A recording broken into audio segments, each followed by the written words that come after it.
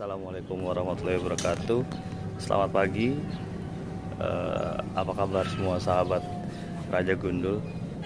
Tetap saksikan. Yang belum subscribe, tolong subscribe dulu supaya channel ini bisa berkembang dan lebih bermanfaat bagi orang banyak. Dan channel ini mengutamakan keoriginalitasan. Tidak ada setting-settingan, tidak ada yang namanya gimmick-gimmickan. Semua real sesuai dengan keseharian saya dan keseharian aktivitas saya di video-video ini. Stay tune terus.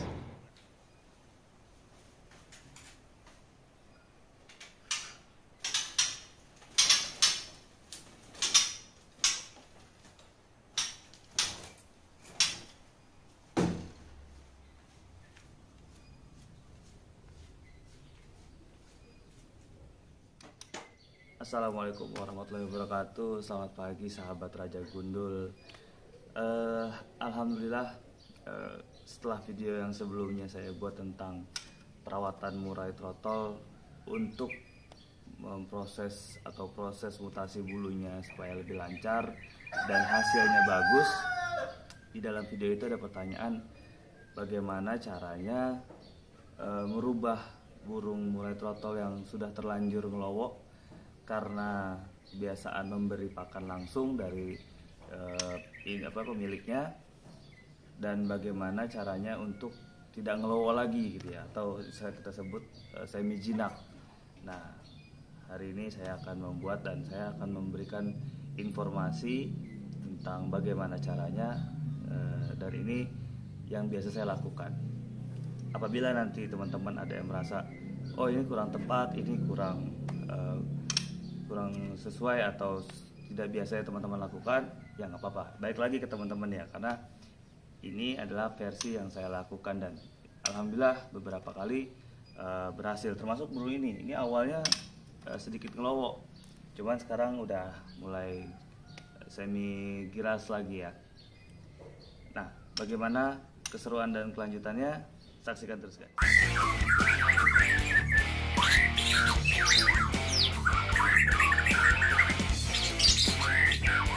Oke guys, langkah pertama yang harus kita lakukan adalah sebisa mungkin gimana caranya burung ini tidak terlalu banyak interaksi dengan pemilik gitu ya, supaya dia tidak nyaman ketika didekati.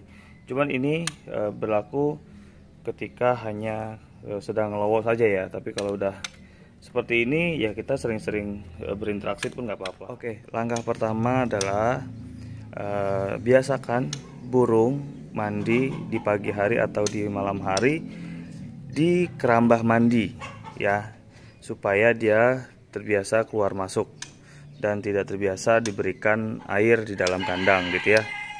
Kalau udah terlalu biasa dikasih cepuk di dalam kandang biar mandi, nah dia akan tahu dan dia akan sadar bahwa oke, majikan gua bawa cepuk untuk mandi. Nah, dia akan terbiasa itu. Makanya biarkan saja dia pindah dari kandang ke kerambah supaya dia terbiasa sendiri gitu ya. Seperti apa? Mari kita saksikan.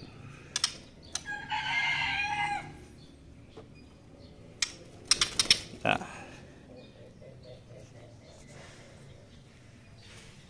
di sini saya sudah menyiapkan kerambah mandi, bebas mau ditaruh di mana saja. Oke. Nah, seperti ini kurang lebih posisinya. Bebas mau ditaruh mana aja. Kadang-kadang saya taruh di depan, kadang-kadang saya taruh di sini. Ketika hujan, makanya saya taruh di dalam. Nah, kebetulan hari ini hujan tadi pagi, makanya saya taruh di dalam. Nah, seperti ini.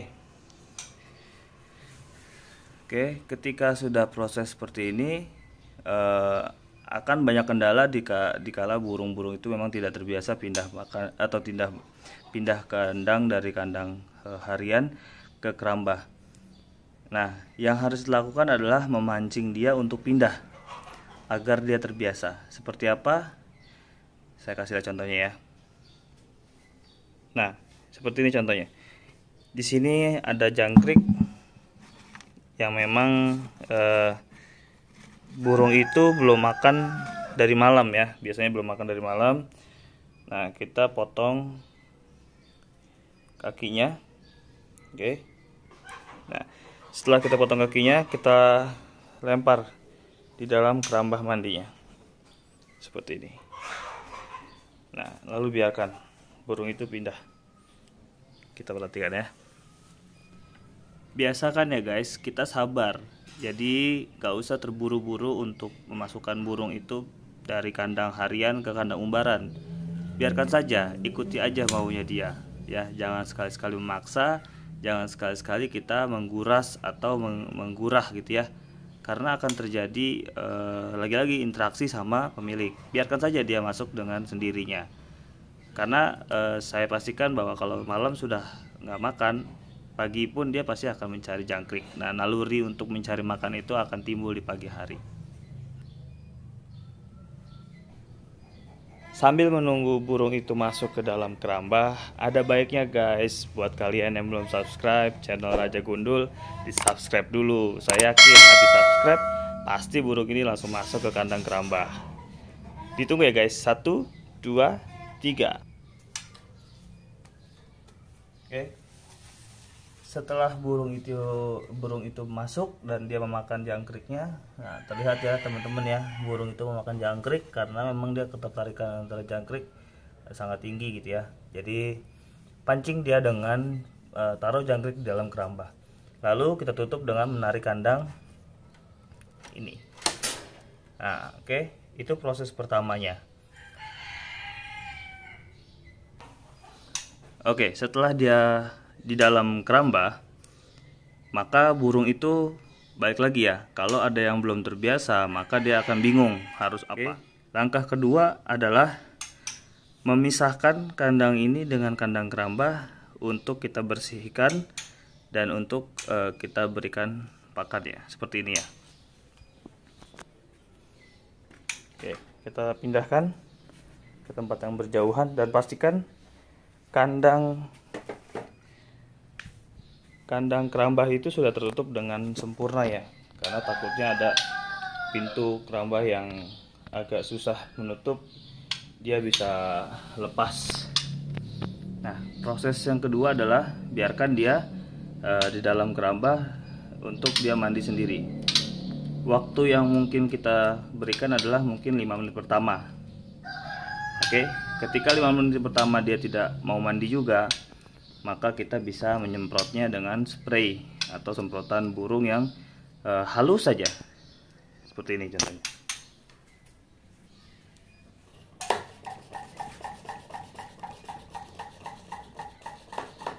Nah, ini pasti teman-teman ada ini di rumah ya, silakan disemprot aja di bagian atasnya. Oke, halus saja. Nah, oke, kalau sudah gini, biarkan dia sendiri di dalam kerambah tanpa harus kita ganggu. Dan ingat, jangan diperhatikan ya teman-teman ya, jangan diperhatikan, biarkan saja dia sendiri. Kalau memang itu burung yang cukup giras, maka dia akan takut masuk ke dalam air. Tapi kalau burung yang cukup jinak, dia seperti tidak akan ada kesulitan untuk masuk ke dalam kerambah. Nah, untuk proses video ini kan memang untuk burung yang memang cukup jinak sekali atau sangat manja ya. Jadi pasti dia akan mudah masuk ke dalam air untuk mandi. Gitu ya guys. Nah, ini adalah proses pentingnya di sini ya guys. Jadi yang belum like, share, comment, and subscribe, saya berharap teman-teman semua bisa subscribe dulu, lalu share videonya, like. Proses yang kedua adalah pisahkan kandang dari yang kerambah dan kandang harian yang cukup jauh, bahkan tidak terlihat oleh burung itu sendiri. Untuk apa? Nah, di sini adalah proses pentingnya ya.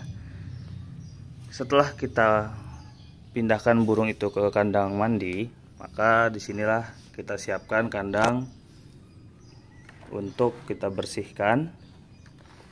Oke, kita bersihkan.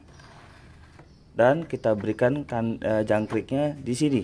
Jadi jangan berikan ketika ada burungnya di dalam. Nah, ini kita ambil. Oke, lalu kita berikan jangkriknya seperti ini ya. Ya, proses pemberian jangkrik seperti biasanya aja lah. Oke, nah kita berikan sesuai dengan porsinya burung itu. Oke, karena ini prosesnya lagi mutasi bulu, kemarin saya sudah infokan pagi 7 sore 5, maka saya akan berikan sesuai dengan porsi yang kemarin saya infokan. Oke, seperti ini ya guys. Burung ada di belakang saya, dan jangkrik saya siapkan dicepuk tanpa burung itu harus melihat proses pemberian atau persiapan pemberian jangkrik ya.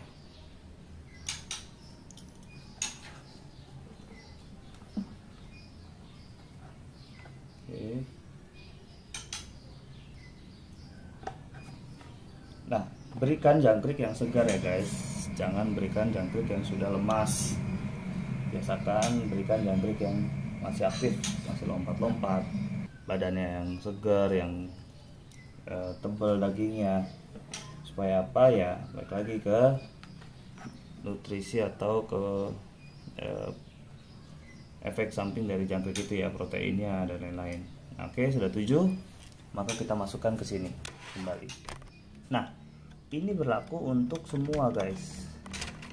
Semua itu maksudnya adalah cepuknya, yang untuk fur ini juga kita siapkan, dan airnya kita ganti juga guys ya. Jadi semuanya kita lakukan seperti ini ya. Nah, fur biasakan kalau sudah lama kita ganti, jangan kita biarkan.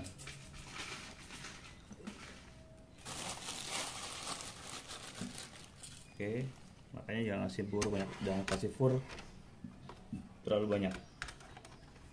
Nah, setelah proses itu semua selesai, oke, maka burung bisa kita kembali masukkan ke dalam kandang. Alternatif lainnya adalah mengganti tempat jangkrik ya guys. Oke, kenapa sih harus mengganti tempat jangkriknya? Nah, kebiasaan orang atau kebiasaan kita semua adalah tempat jangkrik ini kita bawa-bawa ya, tempat jangkrik ini kita bawa-bawa di dekat burung dan kita memberikannya langsung gitu ya. Maka dari itu saya menyarankan ganti tempat jangkriknya.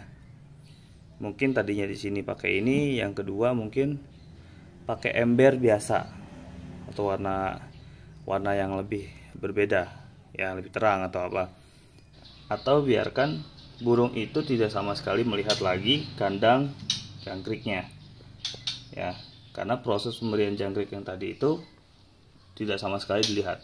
Bisa di luar rumah, bisa di dalam rumah, ataupun tempat yang berbeda. Yang penting burung itu jangan pernah lagi melihat kandang ini atau tempat penyimpanan jangkrik ketika kita menyiapkan pakannya gitu ya guys ya. Cukup jelas ya guys ya, karena ini sebenarnya simpel banget. Hanya perlu kesabaran dan tidak ingin banget gangguin burung itu sendiri gitu.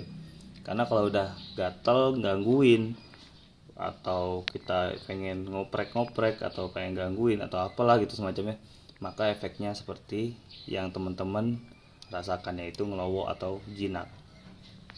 Oke, itu contoh kedua.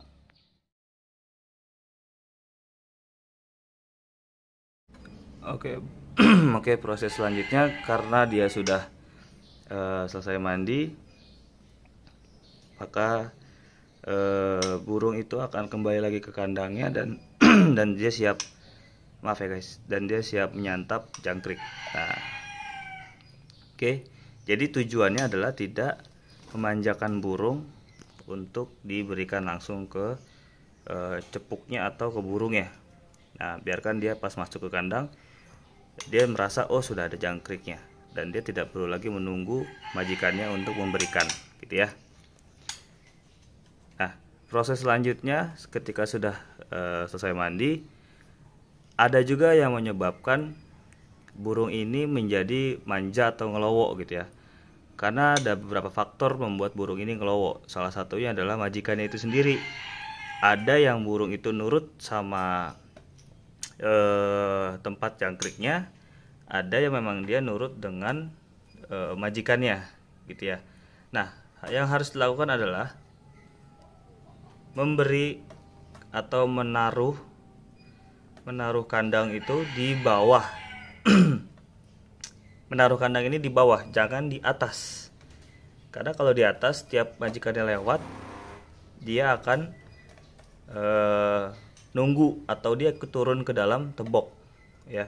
Dia akan turun ke tembok dan dia akan ngelowo atau dia akan melihat di sudut-sudut ini ya. Teman-teman pasti sering juga melihat itu ya. Nah, jadi jangan taruh di atas gantungan di dalam rumah ya. Nah, lihat. Ini masih muda guys. Oke, nah setelah ditaruh di bawah, jangan sekali-kali ingin menggebrak kandang. Jangan sekali-kali seperti ini. Nah, itu jangan. Ataupun bermain dengan sarung, kerodongnya, atau benda-benda yang memang sering menempel di kandangnya. Jangan sekali-sekali.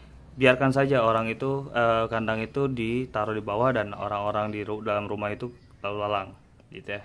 Abaikan saja, seperti halnya tidak ada burung di dalam rumah ataupun tidak ada kandang di atas lantai gitu ya. Jangan guys, karena akan prosesnya lebih lama lagi nanti. Contoh selanjutnya atau cara selanjutnya dari beberapa contoh-contoh yang akan saya sampaikan atau saya berikan adalah menempatkan burung ini setelah mandi dijemur atau diangin-anginkan di pinggir jalan raya guys. Ya, taruh di pinggir jalan raya guys. Karena ada beberapa burung memang yang takut sama kendaraan ataupun banyak orang gitu ya, motor dan lain-lain. Nah, biarkan kandang ini ditaruh di pinggir jalan raya. Fungsinya untuk apa?